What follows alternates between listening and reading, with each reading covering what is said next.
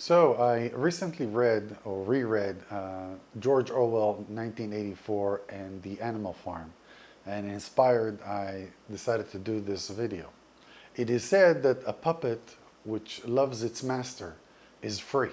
If a puppet loves its strings, it's free, it can do whatever it wants. Recently, the Taliban took over Afghanistan, and it is said that women are in danger of losing their freedom.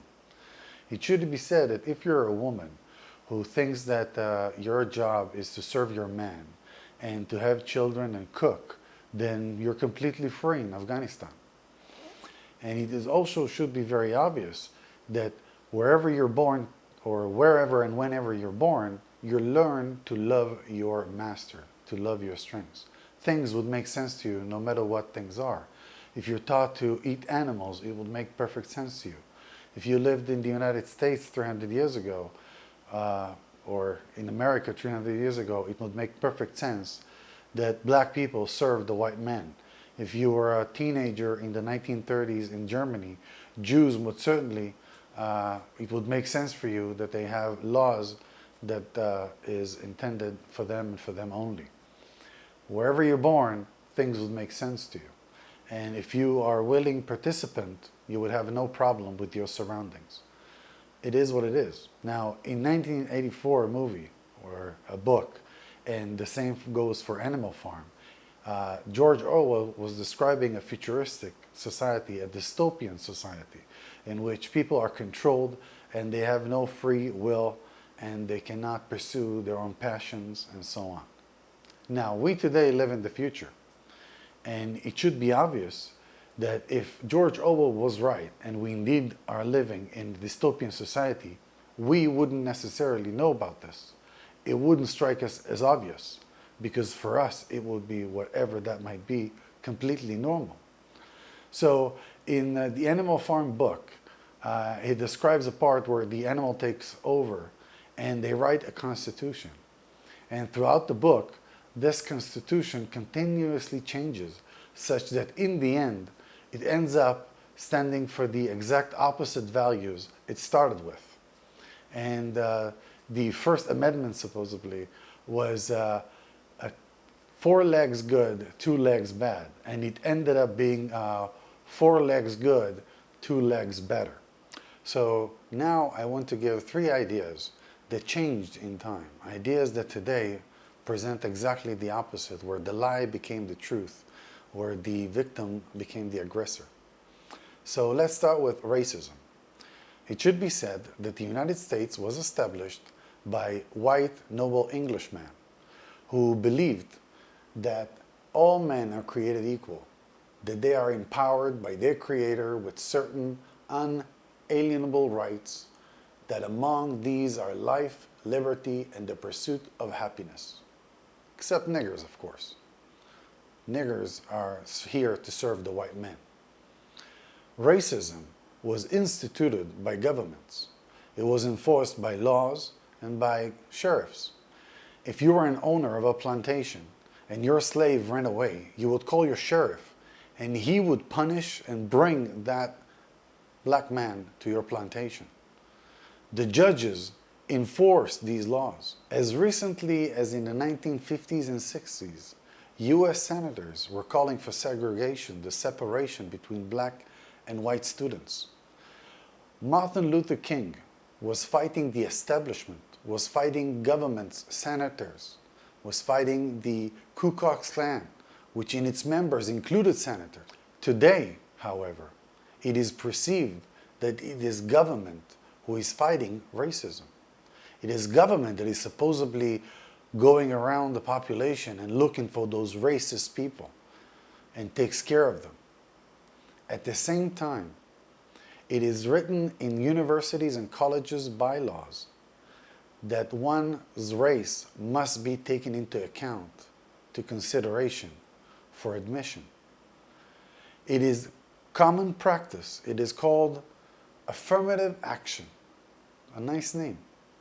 It means that the color of your skin matters when you try to apply for a job, for a grant, or admission to a university.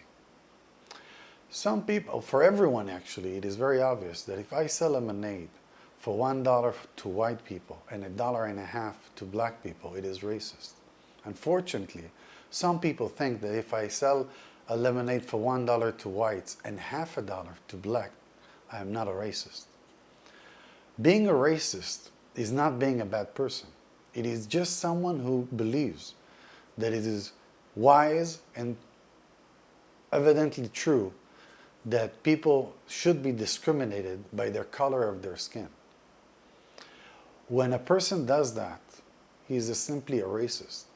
When a government does that, it makes life intolerable for an entire population and for racists to control the population.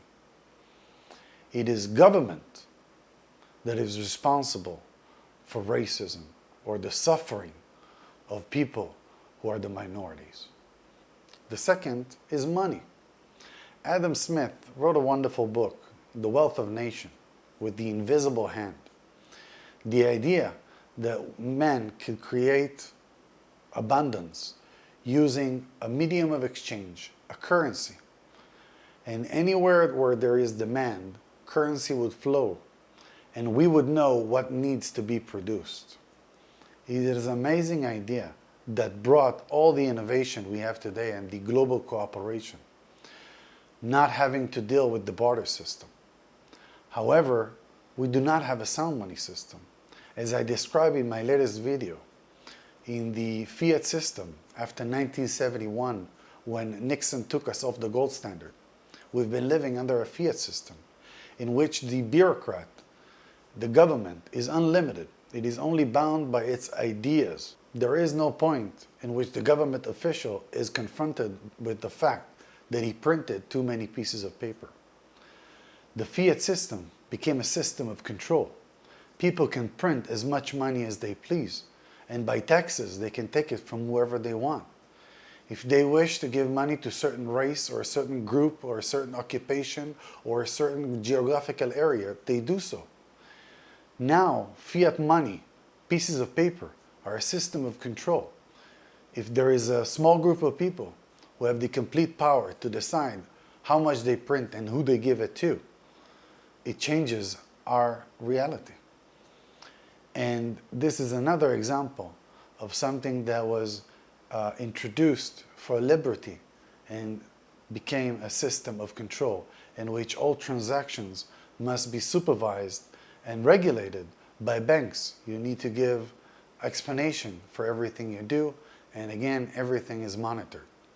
The third idea is the war on drugs, which most certainly has many, many casualties. Wars introduced drugs. Morphium after World War I and World War II. The opium wars in China. All of these were introduced into the population by governments. Without antibiotics, many millions of men came back from the war addicted to drugs.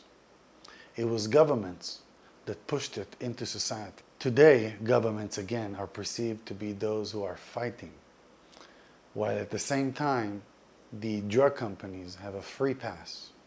They are supposedly regulated by the same governments who are supposedly fighting the war on drugs, in which people cannot decide what they can enter into their own body, even if they do not disturb their fellow man. Your body is the government's property, and it is here to protect you from drugs. So, what do you think? Is it possible that we're living in a dystopian society? Is it possible we simply love our strengths and so we're free? And that is what I have for you today. George Orwell, Animal Farm, 1984, highly recommended. Till next time.